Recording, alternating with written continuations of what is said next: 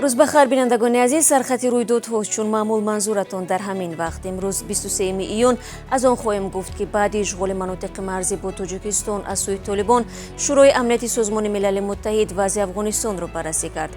کمیته دین میگوید تا زمانی که نمازگزاران معیارهای بهداشتی را رعایت میکنند، مسجدها را نمیبندند و همچنین از طلبات نو برای سفر به ازبکستان و کار فرودگاه دوشنبه در پس منظر خروج کووید 19 معلومات خواهند داد.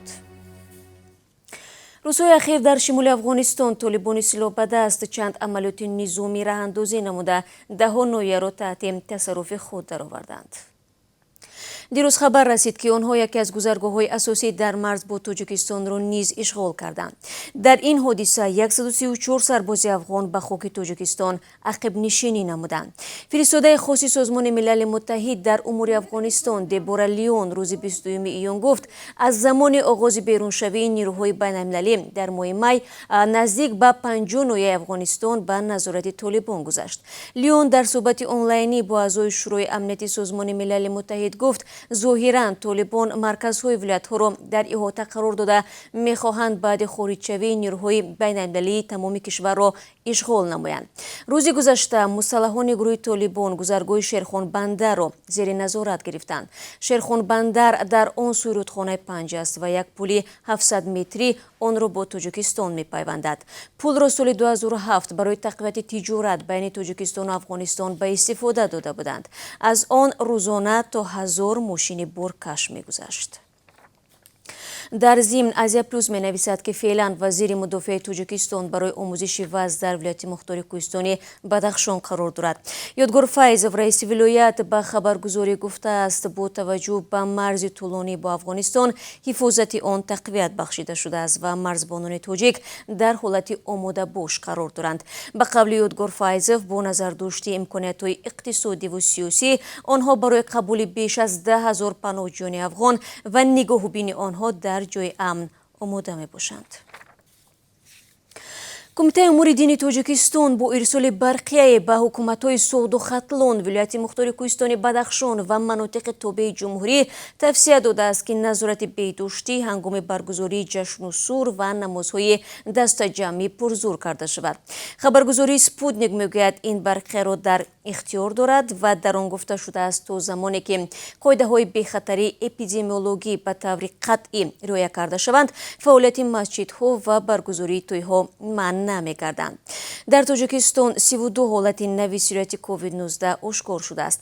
کمیته دین بر اساس دستور استاد جمهوریوی مشورت داده است که برای حفظ سلامتی مردم توی‌ها و مراسم دفن و عزاداری با شماره محدود شرکت‌داران و با نظر داشته فاصله اجتماعی برگزار شوند.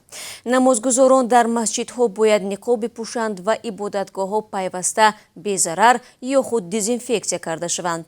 به مقامات داخلدار سپاری شده است اجرای این طلبات‌ها را نظارت نمایند. حکومت امریکا تخمیناً 30 سامانه مربوط به دولت ایران را برای ویران کردن نظام تحریم بسته تاکید کرده است که آنها در پهن نمودن اطلاع بر دروغ سهم داشتند و یا با سازمان‌های از طرف امریکا تروریستی اعلام شده رابطه دارند. 22 ایون وزارت عدلیه امریکا فعالیت 33 صفحه اینترنتی مربوط به اتحاد صدا و سیمای اسلامی ایران و گروه نیمه نظامی کتایب حزب الله را که از طرف ایران پشتیبانی می شود منع کرد. سال گذشته امریکا تاکید نموده بود که اتحاد صدا و سیمای اسلامی ایران از سوی نیروی قدسی سپاه پاسداران انقلاب اسلامی ایران نظارت می شود.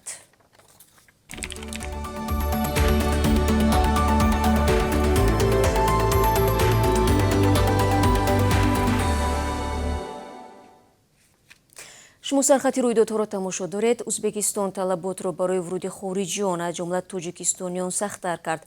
حکومت این کشور در پس منظر خروج دیگر باره کرونا ویروس تشخیص از این بیماری یا خود PCR تست را حتمی نمود. همچنین حالا همه آنهایی که به ازبکستان سفر میکنند در برابر نشان دادن چنین سند باید در ظرف 7 روز در خود ازبکستان از نو از تشخیص کرونا ویروس بگذرند. این کشور از نیمه ماه مارت امسال از آنهایی که به ازبکستان می آمدند تنها معلومات نامه نتیجه منفی تشخیص کرونا ویروس را طلب میکرد که نه دیرتر از 72 ساعت قبل از ورود به ازبکستان انجام شده باشد. дар ҳамин ҳол ӯзбекистон пешниҳод кардааст ки шумораи парвозҳои дуюмӣ ба Русия то ба 14 адад дар як ҳафта расонида шавад. Ин масъала дар суҳбати сарвазирони ду кишвар Абдулло Орипов ва Михаил Мишустин дар Москав матраҳ гардид. Мақомоти ӯзбек ҳамчунин хостори барқарор шудани ҳаракати поездҳои мусофирбар шуданд. Феълан миёни Ӯзбекистону Русия ба мисли Тоҷикистон ҳафтаи 4 маротиба парвозҳои мунтазам амалӣ мешаванд. Русия бошад аз дирӯз парвозҳояшро бо Туркия барқарор кард. РИА Новости менависад қарор дар бораи аз саргирии парвозҳои дуюмӣ ва чартерии миёни ду кишвар пас аз сафари ҳайати Русия ба Туркия ва тибқи хулосаи мутахассисон қабул карда шуд. Равои ҳавоии миёни ин ду давлат бинобар номусоид шудани вазъи эпидемиологӣ аз 15 апрели имсол маҳдуд гардида буд. Гуфта мешавад барқароршавии парвозҳоро беш аз 1 миллион сайёҳони Русия ки пештар натавонистанд барои истироҳат ба Туркия сафар кунанд интизор буданд. Зимнан дар ҷавоб ба нигаронӣ ва солҳои зиёди шумо бинандагони азиз вобаста ба тақдири парвозҳо аз ва ба Тоҷикистон мерасонем ки феълан дар ин замина ягон тағйироте ворид нашудааст. Ба қавли як манбаъ аз фурудгоҳи байналмилалии Душанбе парвозҳо аз ҷумла ба самти Русия ва баръакс тибқи ҷадвали қаблан тасдиқшуда ҷараён доранд ва фурудгоҳ бо реҷаи муқаррарӣ фаъолият мекунад. Аз мусофирон тақозо мешавад ки аз рӯи талаботи муқаррар намуда истиёди ҷумҳуриявии мубориза бо COVID-19 амал намоянд. эҳтимол меравад ки дар Москав намозгузории идонаи ҷашни Қурбон тариқи онлайнӣ баргузор шавад. Дар ин бора хабаргузориҳои русӣ аз қавли идораи мусулмонони Русия ва муфтии Москав иттилоъ доданд. Илдар Алауддинов гуфтааст, чунин тасмим дар пайи хатари густариши COVID-19 ва тавсияҳои ҳукумати Москав гирифта шудааст. Дар вилояти Москав бошад таҷлили Иди Қурбон ба таври маъмулӣ баргузор хоҳад шуд. Иди Қурбон яке аз ду ҷашнҳои мазҳабист ки 70 рӯз пас аз Иди Саиди Фитр фаро мерасад. соли ҷорӣ ин сана ба 19 июл рост омадааст.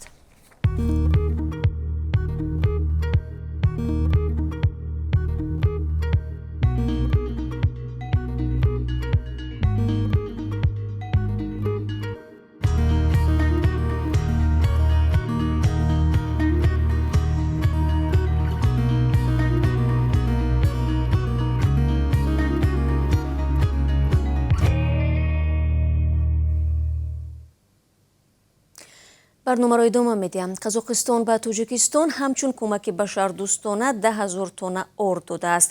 Шаҳодатномаи борро сафири Қазоқистон ба муовини раҳбари агентии захираҳои давлатии мудии Тоҷикистон супурд. Сафорати Қазоқистон мегӯяд ёрии навбатӣ барои пур кардани захираҳои озуқаворӣ дар шароити вазъи буҳроние ки бар асари пандемияи коронавирус ба амал омадааст расонида шуд. Зикр шудааст ки тавофуқ барои интиқоли орд моҳи гузашта зимни сафари Қосим Ҷомарт Тоқаев президенти Қазоқистон ба Душанбе ҳосил шудааст. Ҳаҷми умумии кӯмак беш аз 3 миллион доллари амрикоиро ташкил медиҳад. Дар айни замон Қазоқистон тасмим дорад беш аз 700 000 тонна сабзавотро ба кишварҳои Осиёи миёна аз ҷумла Тоҷикистон содир кунад. Мақомоти қазоқ мегӯянд бастани сӯзишномаҳои нав бо кишварҳои ҳамсоя нархи маҳсулот ба мисли сабзиро ки ҳоло дар Тоҷикистон аз 8 – 12 сомонӣ нарх дорад коҳиш медиҳад. дар вилояти Суғд як корманди идораи зиндонҳо бо гумони қалубӣ боздошт шудааст. Оҷонсии мубориза бо фасоди Тоҷикистон мегӯяд гумонбар бо истифода аз ваколати мансабӣ борои фиреб талоши аз худ кардани молу мулки ғайрро намудааст. Дар хабарнома омадааст боздоштшуда барои чораандешӣ накардан нисбати як маҳкумшуда ки пешбурди парвандаи назоратияш бар зиммаи ӯ вогузор гардида буд аз хешовандонаш 5000 сомонӣ талаб кардааст. Нозири Калонро баъди гирифтани 3500 сомонӣ дастгир намуданд. Ба гуфтаи оҷонсӣ нисбати муттаҳам парвандаи ҷиноятӣ оғоз шуда пас аз анҷоми тафтиши пешакӣ ба додгоҳ ирсол гардид. бинандагони азиз, акнун барои шумо дар бораи қурби расмии асъори хориҷӣ дар Тоҷикистон маълумот медиҳам. Имрӯз 23 июн бонки марказӣ $1 11 сомониву 32 дирам ва 1 евроро 13 сомониву 47 дирам нархгузорӣ кардааст. 1000 рубли русӣ 154 сомониву 50 дирам таъин шудааст ки нисбати дирӯз 10 дирам бештар мебошад. дӯстони азиз, ин чанд хабари тозае буд ки то ин лаҳза ба дасти ман расид. Аз ҳамкорӣ ва ҳамроҳии шумо сипосгузор мебошам. Баъди 3 соат ба студия бармегардам ва дар برنامه اخباری آزادی تحولات اخیر تاجیکستان و جهان را برایتان میرسانم. روز خوب داشته باشید.